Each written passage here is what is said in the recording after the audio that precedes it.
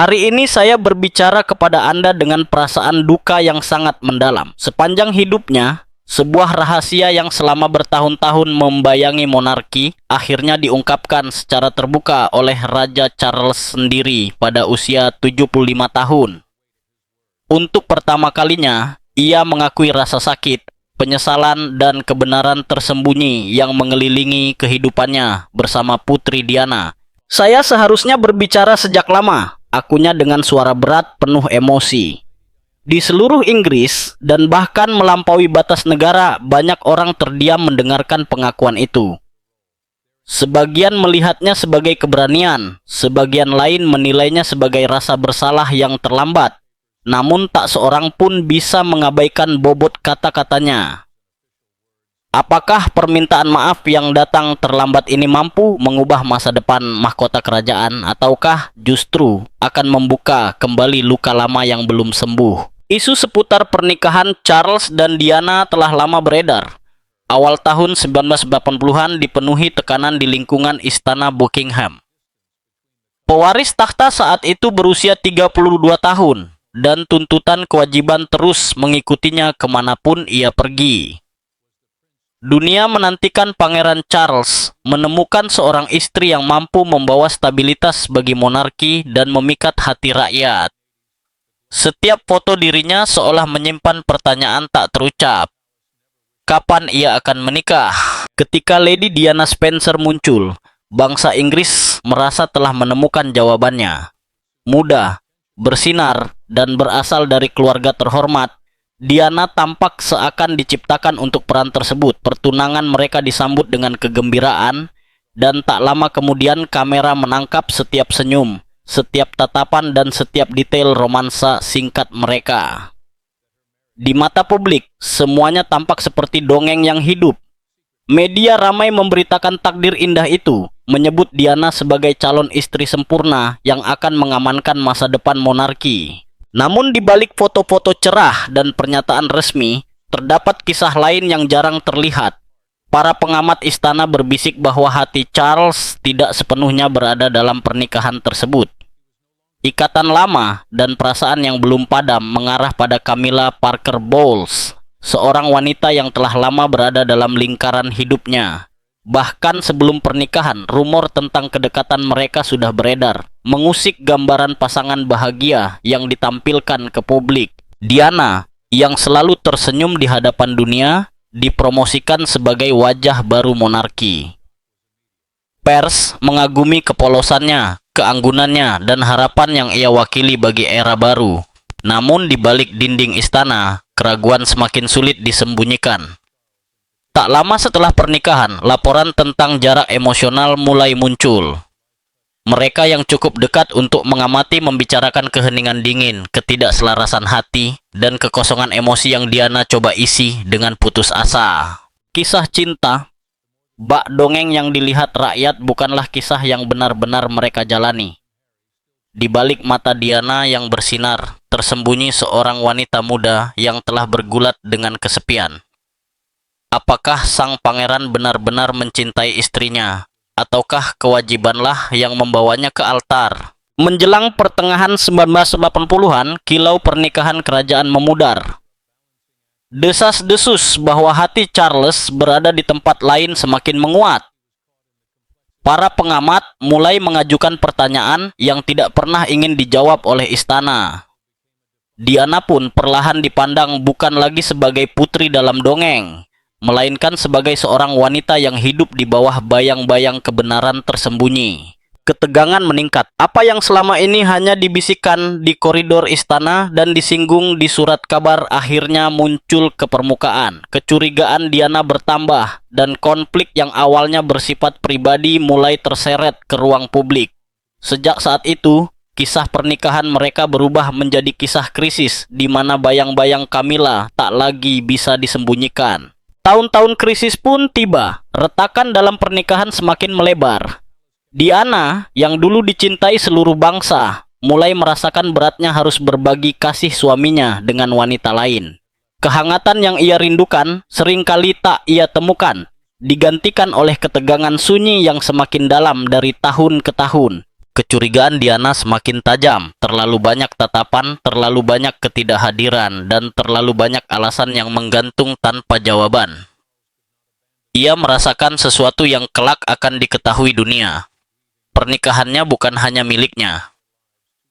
Camilla Parker Bowles, meski jarang terlihat, selalu dekat di hati Charles. Tanda-tandanya semakin jelas. Panggilan telepon rahasia di jam-jam ganjil, pesan berbisik dengan bahasa yang hanya dimengerti dua orang, dan isyarat pertemuan tersembunyi yang lebih dari sekadar persahabatan. Setiap petunjuk menguatkan ketakutan Diana.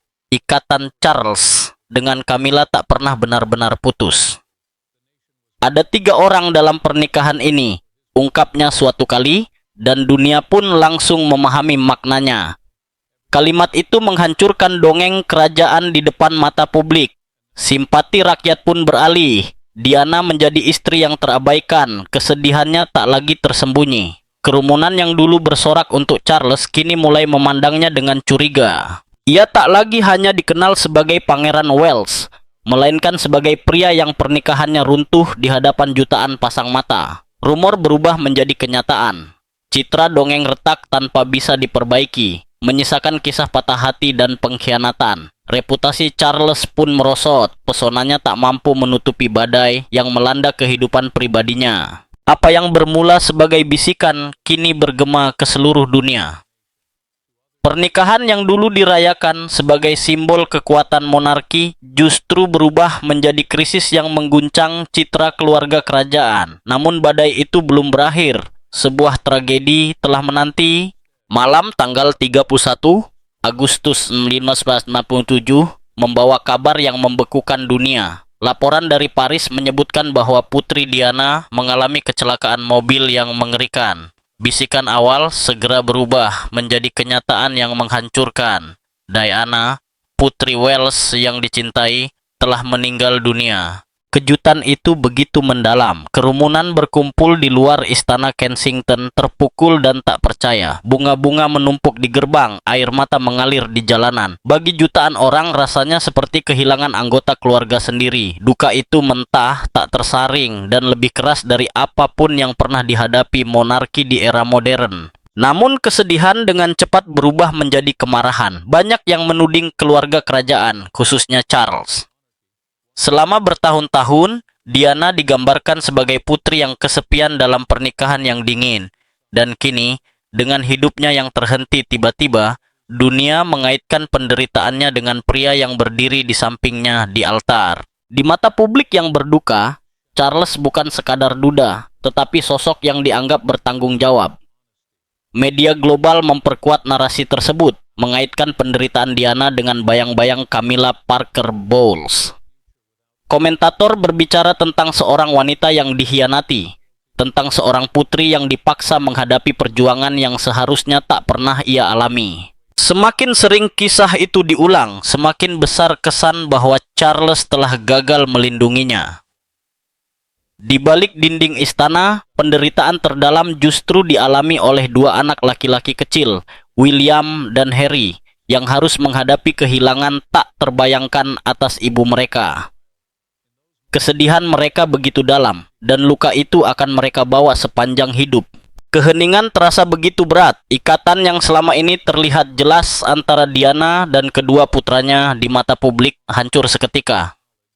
Duka bercampur kebingungan, dan hubungan mereka dengan sang ayah pun mulai terasa renggang.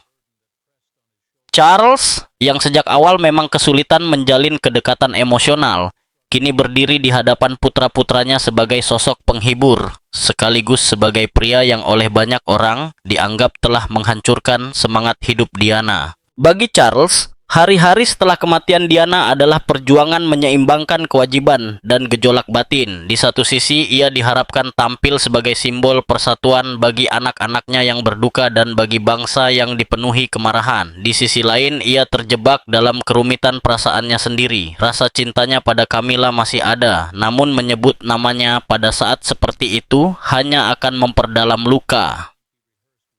Ia memikul duka atas Diana, tanggung jawab sebagai ayah bagi putra-putranya, serta kesetiaan diam-diam kepada Camilla, sementara dunia menuntut penjelasan. Pemakaman menjadi momen yang tak terlupakan. Jutaan pasang mata menyaksikan William dan Harry berjalan di belakang peti jenazah ibu mereka. Wajah muda mereka dipenuhi kesedihan. Gambaran duka itu terpatri selamanya dalam ingatan dunia. Keheningan orang-orang hari itu lebih keras daripada kata-kata. Keheningan yang syarat dengan rasa bersalah, patah hati, dan perasaan bahwa sesuatu telah rusak untuk selamanya. Sekali lagi, sorotan dunia tertuju pada Camilla. Setelah kematian Diana, dunia berharap Pangeran Charles menjalani hidup dengan ketenangan dan martabat sebagai duda yang mengabdikan diri pada putra-putranya dan mahkota. Namun, di balik layar ada sosok lain yang tetap hadir, Camilla Parker Bowles. Namanya telah lama dikaitkan dengan Charles, dan meskipun Diana telah tiada, bayang-bayang Camilla masih terasa. Bagi Charles, hidup tanpa Diana bukan berarti kebebasan. Itu berarti berjalan di garis yang sangat tipis. Satu langkah keliru saja bisa menghancurkan segalanya. Di satu sisi, ada kenangan tentang seorang putri yang dicintai jutaan orang. Di sisi lain ada wanita yang telah ia cintai selama puluhan tahun. Ikatan yang terlalu kuat untuk dihapus oleh waktu atau tragedi. Menunjukkan kasih sayang kepada Camilla secara terbuka, terasa kejam, dan nyaris tak terpikirkan begitu dekat setelah kepergian Diana. Namun meninggalkannya sepenuhnya juga bukan pilihan, maka hubungan mereka pun berlanjut dalam keheningan, jauh dari sorotan publik. Cinta mereka bertahan dalam diam, makan malam bersama di rumah-rumah pribadi, percakapan telepon hingga larut malam, dan pertemuan yang sengaja disembunyikan dari lensa para fotografer yang selalu menunggu. Istana menutup pintunya rapat-rapat bagi pers, tetapi bisikan tetap menyebar. Setiap penampakan, setiap rumor, setiap tatapan tak terjaga di antara mereka memicu gosip bahwa Charles bergerak terlalu cepat untuk mengisi kekosongan yang ditinggalkan Diana. Bagi publik, luka duka masih sangat segar. Setiap tanda kedekatan Camilla memicu kemarahan ketika ia terlihat terlalu dekat dengan Charles. Amarah pun berkobar. Bisik-bisik penolakan terdengar dan surat kabar menurunkan komentar tajam. Bagi banyak orang, Camilla adalah simbol penderitaan Diana. Pengingat akan sebuah pernikahan yang telah retak bahkan sebelum janji sucinya mendingin. Monarki menghadapi dilema besar. Ikatan Charles dengan Camilla tak terbantahkan, namun bangsa belum siap menerimanya. Para penasihat berdiskusi secara tertutup, mencari cara melunakkan citra seorang wanita yang bagi banyak orang dianggap sebagai musuh sang putri rakyat. Setiap langkah harus diperhitungkan dengan cermat, setiap rencana dibalut kehati-hatian. Keseimbangan ini sangat rapuh. Charles tidak bisa meninggalkan Camilla, tetapi ia juga tidak bisa menampilkannya di hadapan bangsa yang masih berkabung atas Diana. William dan Harry masih sangat muda dan membawa luka kehilangan mereka sendiri. Memasukkan Camilla ke dalam kehidupan mereka terlalu cepat berisiko memperdalam luka yang belum sembuh. Istana pun harus menemukan irama yang memungkinkan semua pihak melangkah maju tanpa merobek benang persatuan yang rapuh. Perlahan, sebuah strategi terbentuk. Camilla akan diperkenalkan secara bertahap, bukan sebagai pengganti, melainkan sebagai pendamping yang hadir dengan tenang di sisi Charles.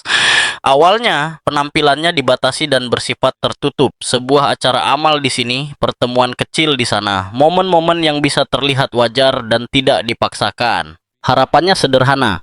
Jika publik cukup sering melihatnya tanpa drama atau sensasi, mungkin rasa penolakan akan melunak, dan memang demikian, meski sangat perlahan. Setiap kali Camilla muncul, bisik-bisik ketidaksetujuan masih terdengar, tetapi kemarahannya kian mereda.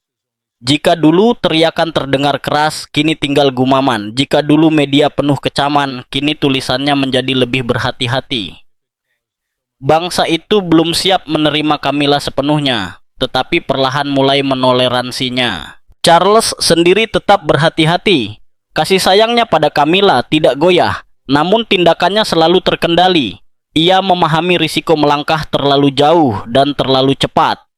Setiap senyum, setiap foto, setiap gerakan selalu ditimbang dengan satu pertanyaan. Bagaimana rakyat akan melihat ini? Hidupnya sejak awal dibentuk oleh kewajiban, dan kini kewajiban itu menuntut kesabaran. Titik balik datang lewat momen-momen kecil yang awalnya tampak sepele. Camilla terlihat mendampingi Charles di sebuah acara publik, bukan lagi sebagai tamu tersembunyi, melainkan sebagai pasangan yang diakui.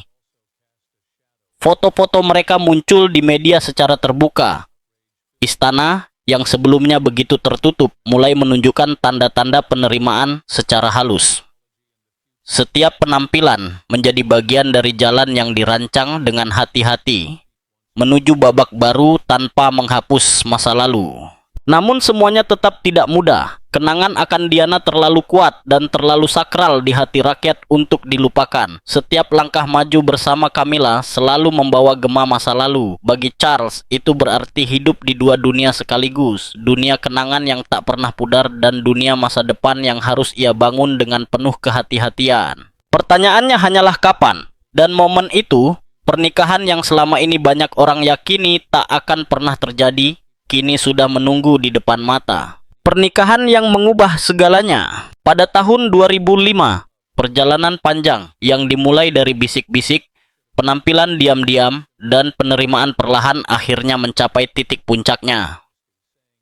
Charles dan Camilla tidak bisa lagi terus hidup dalam bayang-bayang.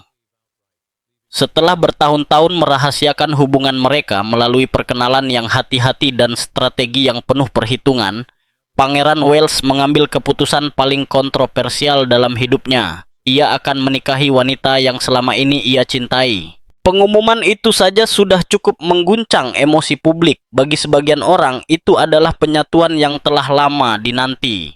Dua jiwa yang bertahan melewati puluhan tahun rintangan. Namun bagi yang lain, itu terasa seperti pengkhianatan yang diumumkan secara terbuka.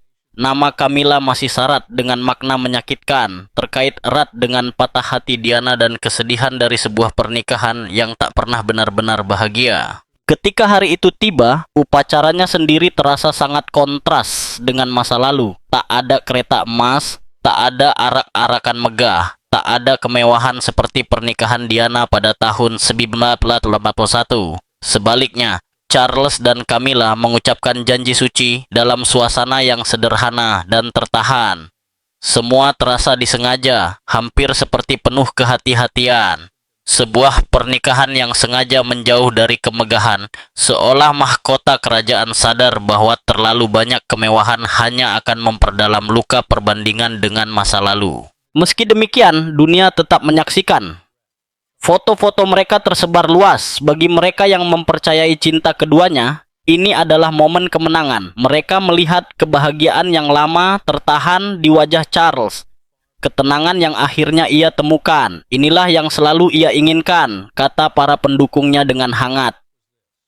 Dukungan publik dan kehangatan itu menurut banyak orang sangat membantu mereka.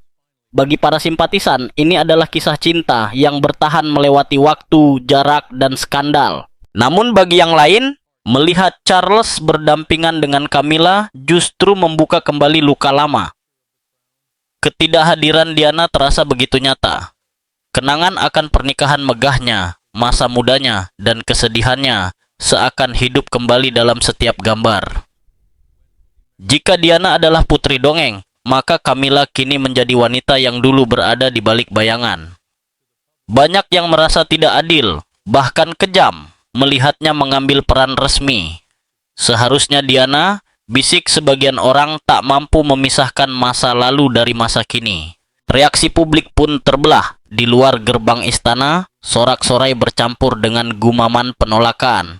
Para pendukung memuji kejujuran seorang pria yang akhirnya memilih cinta daripada kewajiban. Para pengkritik berpaling, mengatakan bahwa pernikahan itu akan selamanya membawa noda pengkhianatan. Monarki yang sudah rapuh sejak kematian Diana, sekali lagi berada di bawah sorotan tajam penilaian publik. Di dalam istana, pernikahan itu mengubah segalanya. Perlahan, Camilla mulai tampil bukan hanya di sisi Charles, tetapi juga sebagai bagian dari struktur monarki.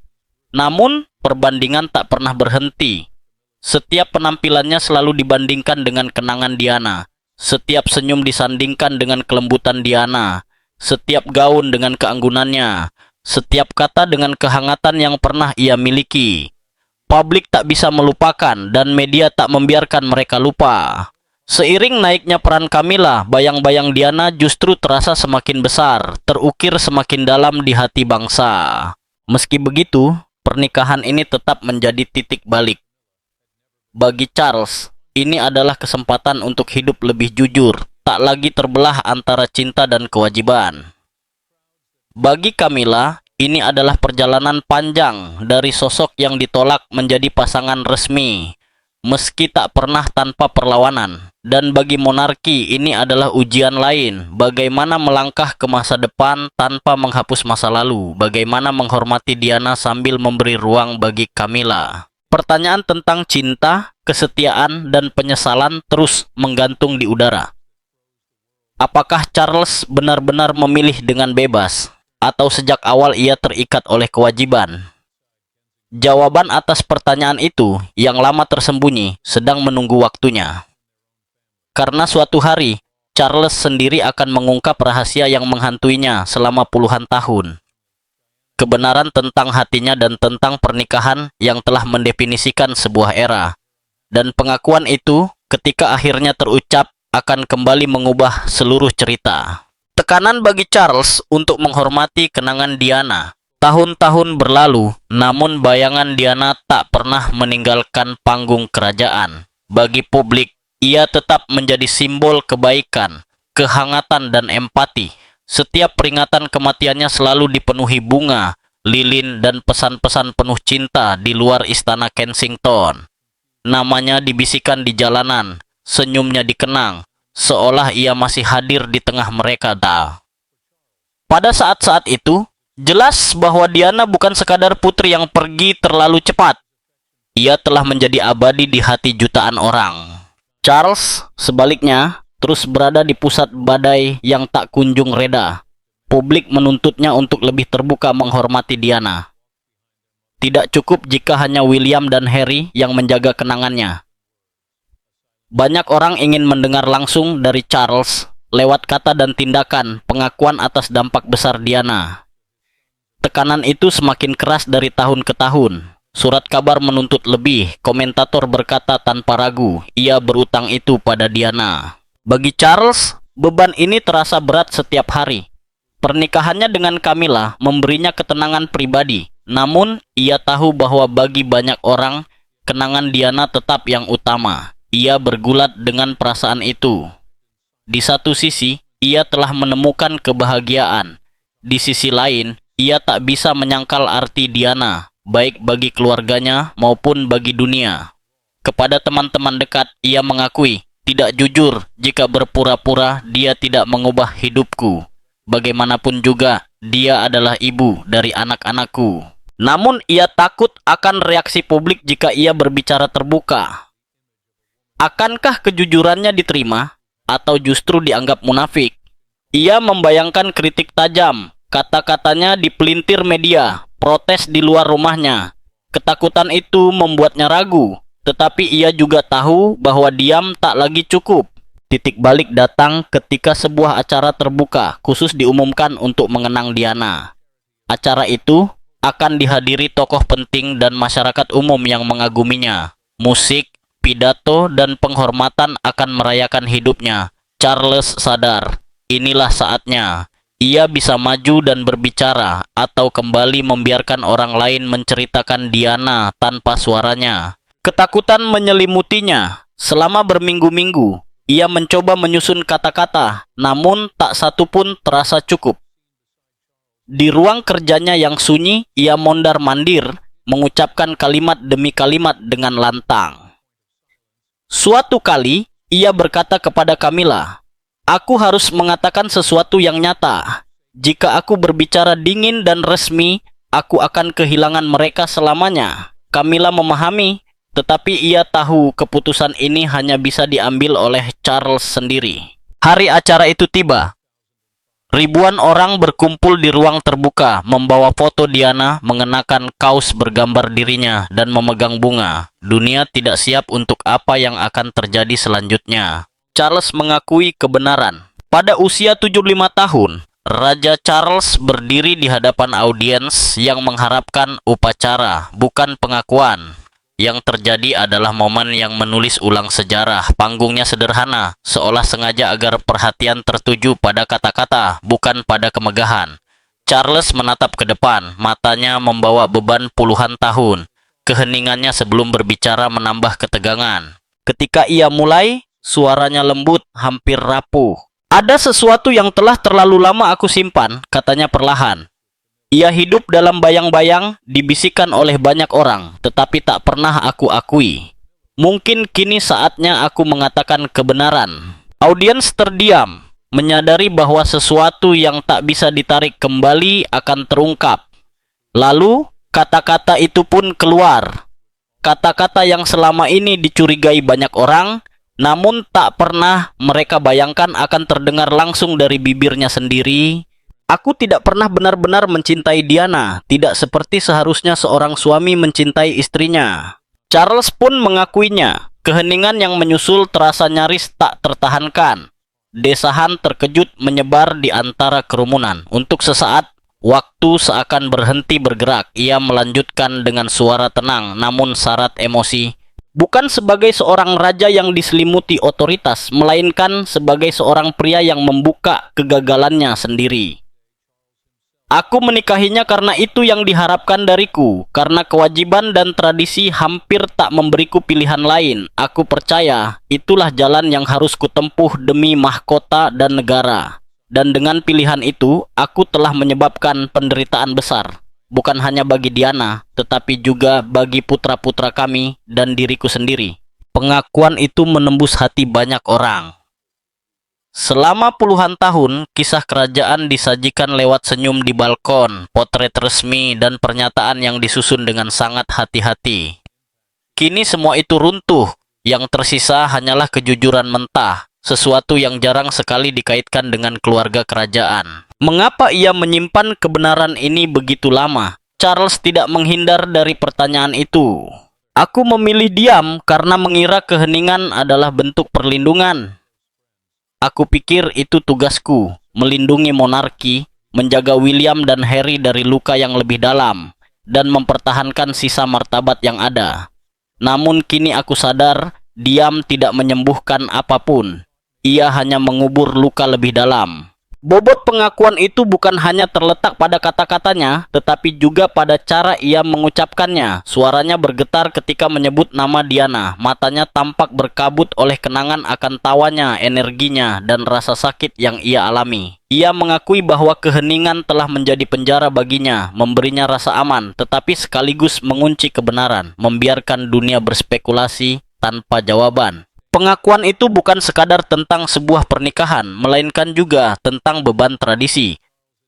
Charles berbicara tentang dinding istana yang penuh aturan dan ekspektasi, tentang bagaimana cinta seringkali ditempatkan di urutan kedua setelah kewajiban, dan bagaimana kebahagiaan pribadi dikorbankan demi menjaga citra. Aku dibesarkan dengan keyakinan bahwa mahkota harus didahulukan dari segalanya, ujarnya. Namun keyakinan itu memiliki harga. Harganya adalah kemanusiaan. Harganya adalah pernikahanku. Dan harganya adalah ketenangan batin Diana. Rasa sakit dalam ucapannya bukan hanya tentang masa lalu, tetapi juga tentang bagaimana semua itu membentuk kehidupannya kini. Bahkan sebagai raja, dengan puluhan tahun pengabdian, Charles berdiri sebagai seorang pria yang tak mampu mengubah apa yang telah terjadi. Kebenaran itu datang terlambat bagi Diana untuk mendengarnya, terlambat untuk memperbaiki yang telah hancur, tetapi tidak terlambat untuk mengakui luka yang masih tersisa. Saat ia berbicara, hadirin duduk dalam keheningan yang terkejut. Beberapa menunduk seolah tak sanggup menatap ketelanjangan emosinya. Yang lain menyeka air mata, bukan karena kebenaran itu asing, tetapi karena mendengarnya diucapkan langsung memberi bobot yang tak bisa lagi diabaikan. Pengakuan itu ditutup dengan refleksi yang menggantung lama di udara. Jika ada pelajaran dari hidupku, itu adalah bahwa kewajiban tanpa cinta adalah hampa, dan cinta tanpa keberanian akan tersesat. Keheningan yang menyusul bukan keheningan biasa. melainkan keheningan yang lahir dari keterkejutan, rasa hormat, dan kesadaran bahwa sejarah baru saja bergeser. Bagi Charles, pengakuan itu sekaligus menjadi pelepasan dan risiko. Ia tahu kata-katanya akan dibedah, sebagian akan bersimpati, sebagian lain akan menghakimi dengan keras. Namun ia juga tahu bahwa akhirnya ia telah mengatakan kebenaran, dan mungkin itulah satu-satunya jalan ke depan. Ketika ia meninggalkan podium, keheningan yang tertinggal hampir sama kuatnya dengan ucapannya. Itu adalah keheningan sebuah bangsa yang menyadari bahwa rajanya bukan hanya penguasa melainkan manusia penuh kekurangan yang menyimpan rahasia sepanjang hidupnya. Pengakuan itu akan bergema bertahun-tahun kemudian, mengubah cara orang mengenang Diana dan memandang Charles, sebuah pengingat bahwa di balik mahkota terdapat kisah manusia, rumit, menyakitkan, dan jujur. Namun ketika dunia masih terguncang oleh pengakuan mengejutkan itu, pertempuran lain diam-diam berlangsung. Seiring kesehatannya yang mulai diragukan, bisik-bisik tentang suksesi memenuhi lorong istana. Akankah mahkota berpindah dengan mulus kepada William, ataukah luka lama dan keraguan akan mengancam masa depan monarki? Reaksi publik dan respon kerajaan. Pengakuan itu menyebar lebih cepat dari pengumuman kerajaan manapun dalam beberapa dekade terakhir. Dalam hitungan jam, jaringan televisi memutar ulang kata-kata Raja Charles tanpa henti. Aku tidak pernah benar-benar mencintai Diana. Surat kabar menampilkan kalimat itu di halaman depan dengan huruf hitam besar, sementara radio dipenuhi perdebatan panas. Media sosial pun meledak dengan suara dari seluruh dunia. Ada yang terkejut, ada yang marah, ada pula yang sangat emosional. Keesokan paginya, Inggris terbangun dalam badai yang belum pernah terjadi sejak lama. Banyak orang merasa dikhianati, seolah dongeng yang pernah mereka percaya dihancurkan di depan mata. Kerumunan berkumpul di luar istana Kensington dengan bunga dan lilin, bukan untuk Charles, melainkan untuk Diana. Rasanya seperti duka tahun 1947 kembali hadir, namun kali ini lebih tajam karena disertai pengakuan dari pria yang berada di pusat segalanya. Pembawa acara televisi berbicara dengan nada mendesak. Sebagian menyebutnya sebagai kejujuran paling berani yang pernah ditunjukkan seorang raja. Yang lain mengecamnya sebagai pengakuan egois yang hanya memperdalam luka lama. Salah satu surat kabar menulis tajuk pedas, "Putri rakyat mencintai, sang raja tidak." Di pub, kantor, dan rumah-rumah, pembicaraan terus berputar tentang Diana. Namanya, senyumnya, kepeduliannya kembali dikenang. Orang-orang mengingat kunjungan amalnya, tangan-tangan yang ia genggam, dan keberanian yang ia tunjukkan saat dunia terasa menentangnya. Pengakuan Charles justru membuat kenangan Diana semakin bersinar, seolah kebenaran itu memoles ingatannya, bukan meredupkannya. Di seberang Atlantik, reaksinya tak kalah keras. Media Amerika menayangkan kembali cuplikan Diana berjalan di ladang ranjau, memeluk anak-anak di rumah sakit, dan melambaikan tangan kepada kerumunan yang bersorak. Para komentator mengatakan bahwa pengakuan Charles hanya menegaskan apa yang selama ini diyakini publik. Di dalam monarki suasananya tegang. Istana Buckingham merilis pernyataan singkat yang mengakui ucapan Charles, namun hampir tanpa penjelasan. Nada pernyataan itu hati-hati, nyaris dingin, seolah keluarga kerajaan berharap badai akan reda jika mereka tetap diam. Namun bisikan tentang pertemuan tertutup dan perdebatan para penasihat menyebar luas, dan tak satu pun pernyataan mampu meredam kemarahan publik. Keheningan dari dalam keluarga justru memicu spekulasi.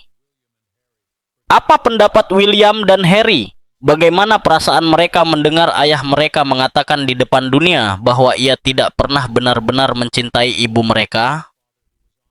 Pertanyaan itu sendiri menjadi berita utama, dan bangsa menunggu dengan cemas tanda apapun dari kedua pangeran. Meski keduanya memilih tetap tertutup, sumber-sumber dekat menyebutkan bahwa rasa sakit itu sangat besar, seolah luka kehilangan ibu mereka kembali terbuka.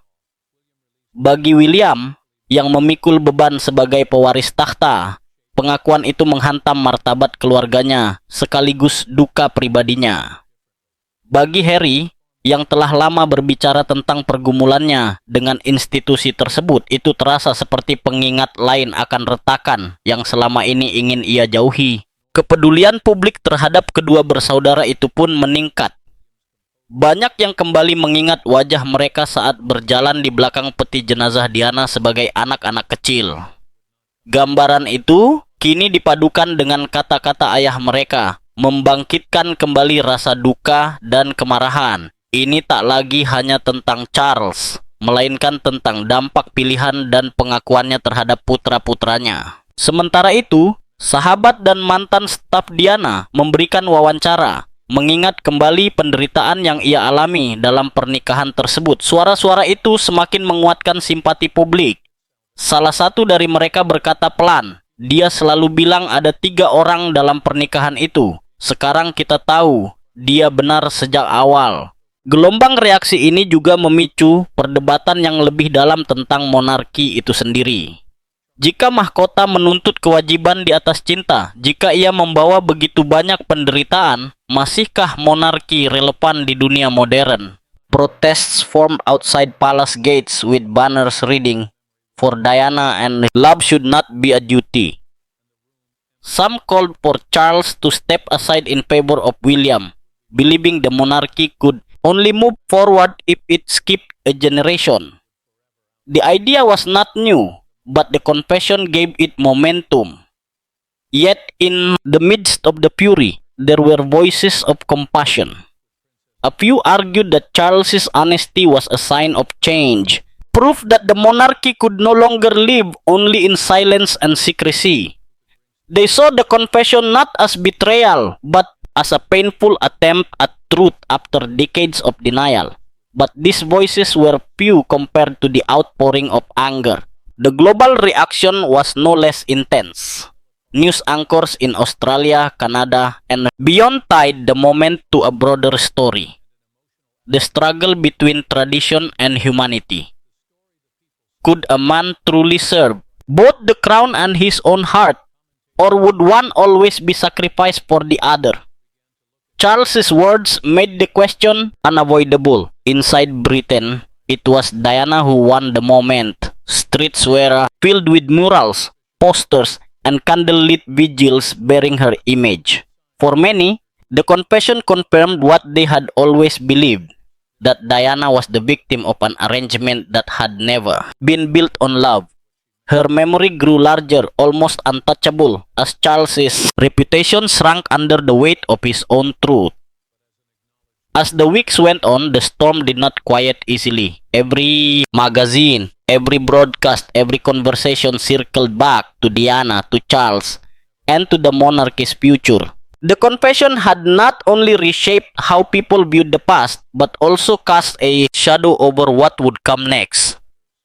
But as the noise of public outrage filled the air, another silence grew heavier, the silence between father and sons. What would William and Harry say now that the truth about their mother's marriage had been spoken at last? And could Charles ever repair what his confession had broken within his own family? Charles's apology and the future of the monarchy. After days of silence that only deepened the storm, the palace finally announced that King Charles would speak once more. This time, it was not a confession, but an apology. The statement was carefully prepared, yet when the moment came, it was clear that his words were not polished for formality but weighted with personal grief. The hall was full again, cameras ready, journalists leaning forward in tense anticipation. When Charles stepped up to the lectern, there was no crown, no robe, no grand symbols of power. "I owe this nation and above all my sons an apology," he began. The words hung heavy in the air. "For too long, I carried the truth in silence. I thought I was protecting the monarchy, protecting William and Harry, protecting myself. But in that silence, I only deepened the pain left behind by Diana's loss." His gaze shifted as if he could see his sons standing before him. "To William and to Harry, I am deeply sorry. You deserved a father who was honest, and you deserved a marriage for your mother that was filled with love, not duty. I failed you both in that, and to the people who love Diana, who still carry her in their hearts, I regret that. My actions and my silence caused so much hurt. He paused, his hands gripping the sides of the lectern. Diana was an extraordinary woman. She gave more of herself than any crown or institution could ever demand. My regret, one that will remain with me all my days, is that I did not give her the love and peace she deserved. I should have spoken sooner. I should have been braver for not doing so. I apologize with all that I am. The apology was raw, spoken, without the usual royal stiffness. William released a short but carefully measured statement. He acknowledged his father's honesty, saying that the admission was painful but necessary. His words were diplomatic, shaped by his role as heir, but they carried a weight of restraint. He neither condemned nor forgave outright, leaving space for time to speak more than words. Harry, however, spoke differently. His response was far more personal, filled with emotion. He described his father's words as a truth we always knew, but one we should never have had to hear this way. His message carried disappointment, even anger, as he emphasized the damage done to his mother's memory and to the lives of her sons.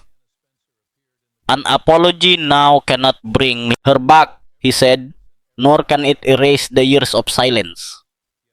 The contrast between the brothers' responses became a story of its own. Commentators noted William's composure, his duty-bound restraint, and Harry's candor, his willingness to speak from the heart. Both, however, reflected the same truth. The wound was still open and healing would not come quickly. Among the public, the apology sparked fresh waves of debate. For some, it was enough. They saw a king who, despite decades of silence, finally admitted his failures with courage. They argued that honesty, even late, was better than a life lived behind unspoken truths. For others, the apology fell short. They felt it was too late, that Diana's pain and the nation's grief could never be softened by words spoken decades after the fact. Crowds once again gathered at memorials for Diana. Some held banners that read, "Too little, too late," while others lit candles and whispered that perhaps at last the truth had been given the respect it deserved. Forgiveness was divided, split down the lines of memory and loyalty. The monarchy itself stood at a crossroads. Advisors scrambled to contain the damage, balancing Charles' newfound honesty with the need to protect the institution's image. Some within the establishment feared that his confession and apology would weaken the crown, painting it as an outdated system built on sacrifice and secrecy. Others, however, argued that this honesty could be its salvation, proof that even a king could be human, could admit faults, and could seek forgiveness. But the larger question remained, what did this mean for the monarchy's future? Would the public accept a king who had admitted to marrying without love? Could the crown, already seen by many as distant and traditional, survive such revelations?